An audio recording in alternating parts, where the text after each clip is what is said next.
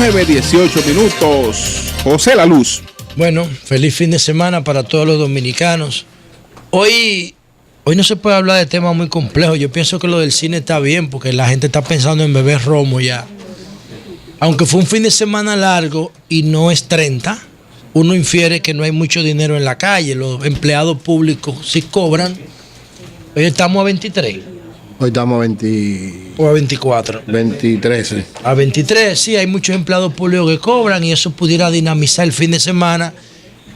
Por eso yo quería tratar el tema de hoy el lunes, pero me voy a atrever, apostando a esta audiencia de Sol tan inteligente y tan variada, y ojalá que las autoridades le pongan atención a lo que uno dice. Miren, señores, ayer Melanio decía algo muy importante. Decía Melanio, cuando Danilo y Melanio eran amigos, porque eran grandes amigos a finales de los 80, eran diputados juntos. Y entonces... Ahí es verdad, Melanio. Sí, Melanio y Danilo eran diputados juntos, eran grandes amigos. Y entonces decidieron estudiar economía. Ambos habían estudiado, Melanio había estudiado física y Danilo química.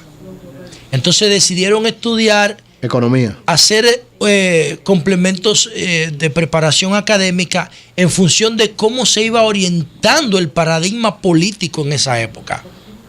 El paradigma político estaba variando de jurídico a económico.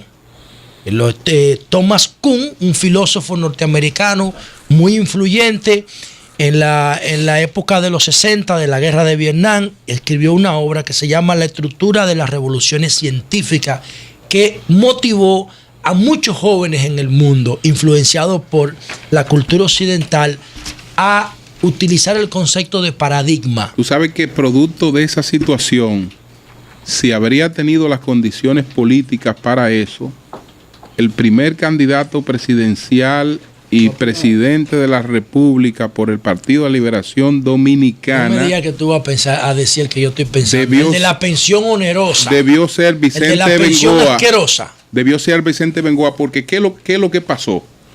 Que cuando en los años 80 el tema económico empezó a tomar vigencia, Vicente Bengoa se convirtió, después de Juan Bosch, asesor de Bosch. Eso es cierto. Después eso de Juan Bosch, en la principal figura mediática. Yo no lo iba a mencionar porque no estoy de acuerdo con de la Liberación. Pero es cierto. Yo soy humilde, no me importa. Que te puedo decir que cuando en principio Leonel y Bengoa iban a Washington, el presidente Fernández iba como asistente de Bengoa. No es por eso, era por un asunto generacional. ¿Tú quieres minimizar un poco? No, estamos hablando no, de era por un 90. asunto generacional, no por eso. Es que el Leonel no es de la generación de Bengoa. No es de la generación Al de que Bengoa. debe darle Ahora, vergüenza a eso, tú sabes a quién es. Ahora, ¿qué ventaja le llevó?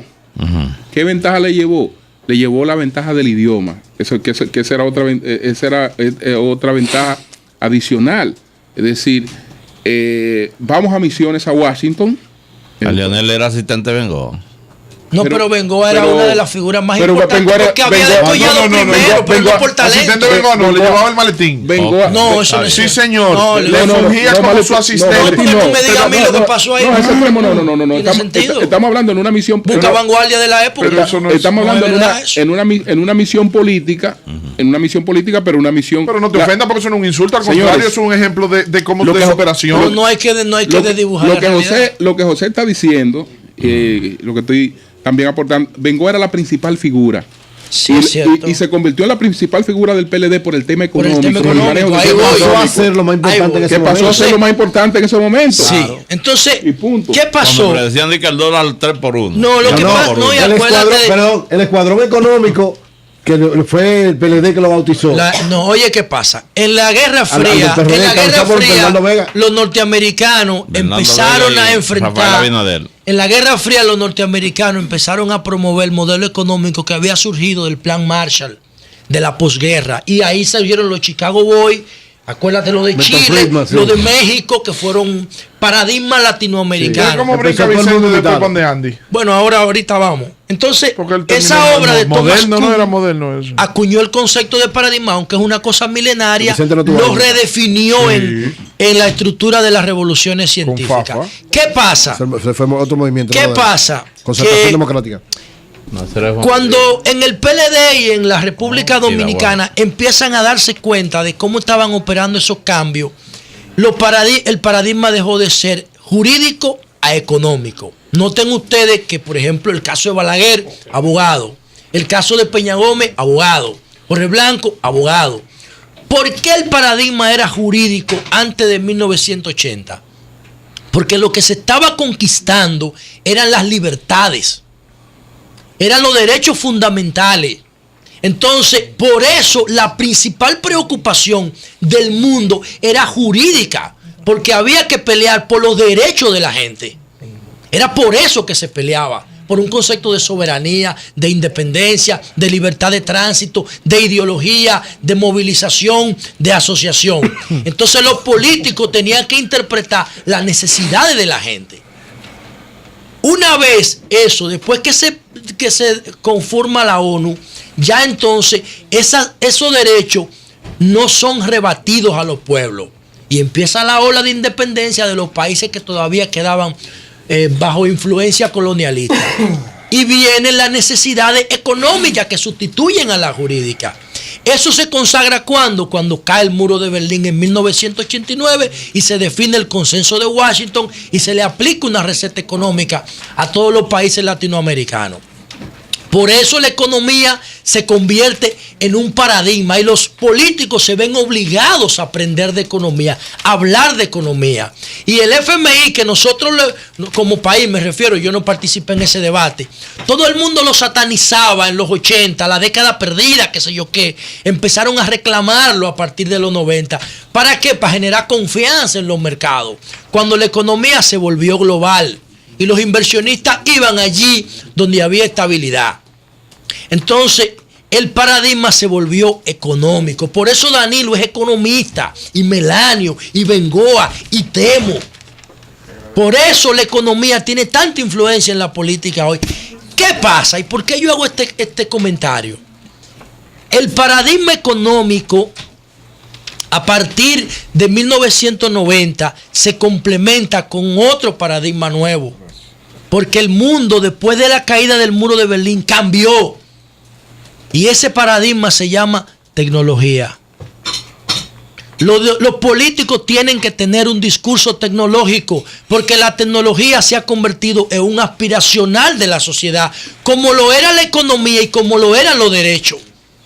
O sea, las aspiraciones que determinaron el paradigma jurídico y el paradigma económico, ahora hay un paradigma tecnológico. El que no tiene una tableta la quiere. El que no tiene un celular inteligente lo quiere. El que no tiene conexión a internet lo quiere tener. Es un aspiracional. Todo el mundo en la sociedad quisiera estar conectado y tener dispositivos modernos. Los políticos no han entendido la importancia, incluso ni siquiera lo consideran un paradigma. Yo sí considero que la tecnología es un paradigma, incluso con valores y ribetes ideológicos, como lo que estamos viendo ahora de Snowden en los Estados Unidos o de Aaron Swartz, el de JSTOR y MIT. Entonces, ¿qué yo quiero decir con esto? Y por eso mencionaba a Danilo con Melanio. Si Danilo le quiere dejar un legado imperecedero a esta sociedad, una mancha indeleble, que lo recuerden como un presidente que de verdad sentó un precedente y asumió este modelo nuevo, este paradigma nuevo que yo defino como un paradigma ideológico, Danilo tiene que conectar este pueblo. Danilo tiene que cerrar la brecha digital, que desde mi punto de vista tiene 23 años de edad la brecha digital, lo mismo que tiene el muro de Berlín que se cayó. Danilo tiene que cerrar esa brecha porque las compañías de telecomunicaciones no van a ir donde no hay mercado. Porque cablear los pueblos donde no hay clientes les sale más costoso que lo que ellos se van a ganar. Y ellos no lo van a hacer porque las empresas de telecomunicaciones son racionales. Y solamente la renta es que motiva sus acciones. Esa es su ideología, ganar dinero. El gobierno no.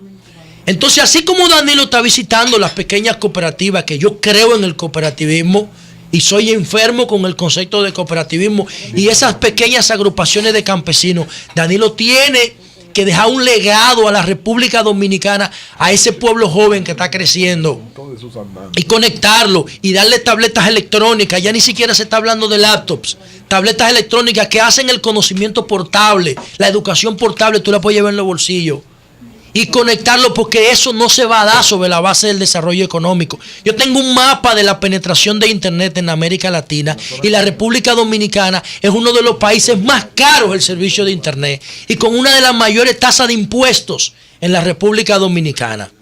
De modo que Danilo Medina y Gedeón Santos en el Indotel tienen una misión. Eso que hablábamos de los textos integrales y de los textos virtuales que ayer hablaba en mi programa con José Armando Tavares, el director del ITLA, que ojalá lo llamen y le hagan caso, que tiene un paquete de contenido gratuito que sugerirle al modelo educativo y al Ministerio de Educación. Eso sería en vano porque solamente el 20% de los dominicanos se puede conectar. Se puede conectar apenas el 20%. Entonces, ustedes están hablando de cine aquí. Muy bonito, la ley de cine. ¿Quién es? Conversaba con un amigo que para mí uno de los mejores en el sector, en el mercado cinematográfico, y me dijo que presentara un proyecto por el orden de 1.200 millones de la ley de cine para deducirse de impuestos. 1.200 millones de pesos. ¿Que presentó él? Que presentó la industria cinematográfica dominicana. Oye, motivado por la ley de cine. Por eso está muy bien. Sí, pero entonces tú me vas... los contenidos tú dices... No, yo no me refiero a eso. Yo no cuestiono eso, eso está bien. Ahora, mientras tú le ofreces incentivos por 1.200 millones anuales a la industria del cine, tú tienes una tasa de impuestos a Internet de más de 26%. No, eso ¿De dónde diablos tú vas como sociedad? Ese es un libro de texto. Ese es un libro de texto como el que yo hablaba ayer, que se puede pasar de mano en mano y aunque tenga tiempo se puede seguir utilizando. ¿A dónde tú vas como sociedad cuando tú tienes el servicio cuando tú consideras el servicio de Internet un entretenimiento? No, ahora mismo la brecha económica y es tan importante como la brecha digital. Entonces a Danilo hay que hablarle de la brecha digital. Para eso puso a Indotel a Bueno, Gedeón. sí, pero Gedeón puede hacer lo que la voluntad política le permita. Porque oye, ¿qué pasa? No, a Indotel le quitaron la mitad de su fondo. La mitad del presupuesto. En la reforma fiscal. En la del año ¿Cómo pasado. tú me vas a mí a promover la web? Quitando que es fundamental para quitar el cartel y la mafia de los libros de texto a esas editoras. Cuando tú la mitad de los fondos para el desarrollo de las telecomunicaciones, tú se la quitaste en la reforma para dárselo como incentivo a la gente de transporte. Ahora, ¿tú sabes por qué se la quitaron? ¿Por qué se la quitaron? Porque lamentablemente no lo ejecutó y creían que le sobraban. Bueno, pero es que ¿cómo lo va a ejecutar si no tienen visión? Por eso yo hablo de un paradigma tecnológico. Pero si tú o sea, ¿tú crees que la gente de Duvergé no quiere tener internet? Ok, pero si tú estás buscando, o la gente de Montecristi. Si tú estás buscando recursos y tú tienes una institución que en presupuesto tiene fondos que no ejecuta, bueno, si usted no lo va a ejecutar, bueno, pero ahora una encuesta. Porque dijo que el 4% no podía hacer porque no había. Es que no había. Es que tú tienes que crear las condiciones. Óyeme, a una encuesta y pregunte a los jóvenes, ¿qué ustedes quieren? ¿Qué ustedes quisieran tener que no tienen? Apuesto que te dicen una tableta, internet. Porque ese es el mundo, esa es la vida, ese es el nuevo paradigma. Entonces el gobierno está de espalda a eso, haciendo puentecitos, carreteritas, disparaticos y el mundo pensando en otra dirección.